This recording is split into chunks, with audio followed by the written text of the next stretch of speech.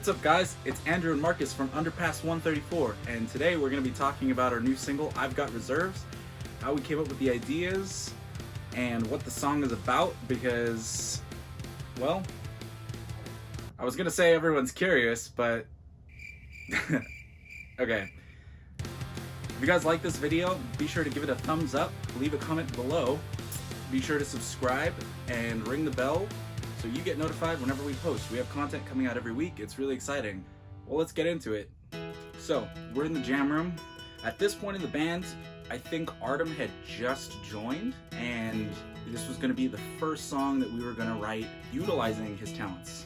Yeah, when Artem had joined the band, we were just finishing up It's Just a Flesh Wound, and he provided, you know, the like final tidbits on there, basically, like the finishing touches. Yeah, like brought the music to life. Like Exactly. added his own flavor in there. Like Exactly. Artem's spice. And then this was the first song that he completely wrote the drum parts for. Yeah. Usually band practices would end back in the day at around 9:30 p.m. and we'd always go get food afterwards. And everything closes at 10 p.m. and there's like basically it's slim pickings when we come out of practice. I think that's where like the idea of the song was born. We decided, dude, let's write a song that's talking about our favorite restaurant being closed or just like closed down. Yeah, closed down. And let's write it in such a way that when people first hear it, it could easily just be about a girl. And so that's what we did. And it literally started with me saying stuff like, oh, you say you're up late, but you're never up past 10. Like, that could be about a girl, too.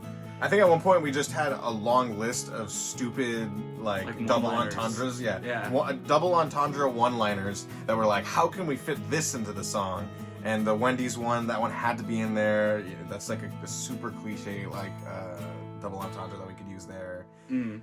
I think this was also the first song that we decided we're like, we want this one to be both of us singing the entire time. It's not going to be somebody's song and then the other person sings the harmonies on top of. This was the first song that we purposely wrote with the intent that both of us were going to sing the entire time. Like that was on purpose.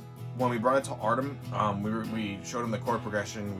We said this is some of the lyrics that we're going to be putting on top of it, and we're like, make a drum beat. And I think we purposely we never want to write in a super generic way. So we say this thing to Artem all the time, especially when we're writing. We're like, this is what you're gonna want to do. Don't do that. We told Artem, you're gonna want to do this. You're gonna want to play just like, you know, the pop punk beat, but you can't do that. Do something different. We just basically told him, you have to come up with something super out of the box. Like, just think of the most ridiculous drum beat and then play it. And he came up with that thing, like the almost right off the bat, it was just like perfect and meant to be. I think that this song is definitely one of our favorites to play, and it's just because no matter where we go, everyone always seems to like it. Yeah. And I think that it's because it has such a like duality quality to it. Like, you can just as easily vibe to it and just be chilling as you can mosh to it. It's poppy enough, and it has the harmonies and like the pop melodies that it's more palatable that way, but it still has a heavy aspect to it. Like, our bridge is a little bit heavier. It's not necessarily a breakdown that would, like, you know, it'd be a little bit too intense. It has more so of a heavier bridge that's still palatable to a wider audience, you know, as opposed to some breakdowns could be a little bit overwhelming at times. And I think when we tie it all together in the end, where we kind of bring all of the guitar parts together, all of the harmonies and everything like that to finish off real strong, and we end on one note, it's just like a good like sail off for the rest of the album Or the set. or the set. If you guys dug this video, be sure to like it, subscribe, and ring the bell so you know when we post, which is every Tuesday, hopefully. This song is playing right now.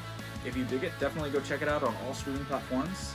We got a drum playthrough coming out in 2 weeks, and it can be downloaded through the link in our description box. It's on our Bandcamp, and it's totally free to download, and we want you guys to play it as much as possible. Honestly, you just play it whenever, you know? You're washing dishes, or When you're in the shower, you're on your drive to work, You're having sex. and you're having sex, most importantly. Alright guys, stay cash.